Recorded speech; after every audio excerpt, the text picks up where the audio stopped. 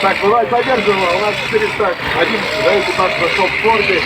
Это у нас представитель автомобильного автомобильный завод КамАЗ, научно-технический центр. Научно-технический центр автомобильного завода КамАЗ. Ребята, Татарстан. Смотрим. Головин Алексей и Кулаков Владислав у нас. Набережные Челны. Это у нас.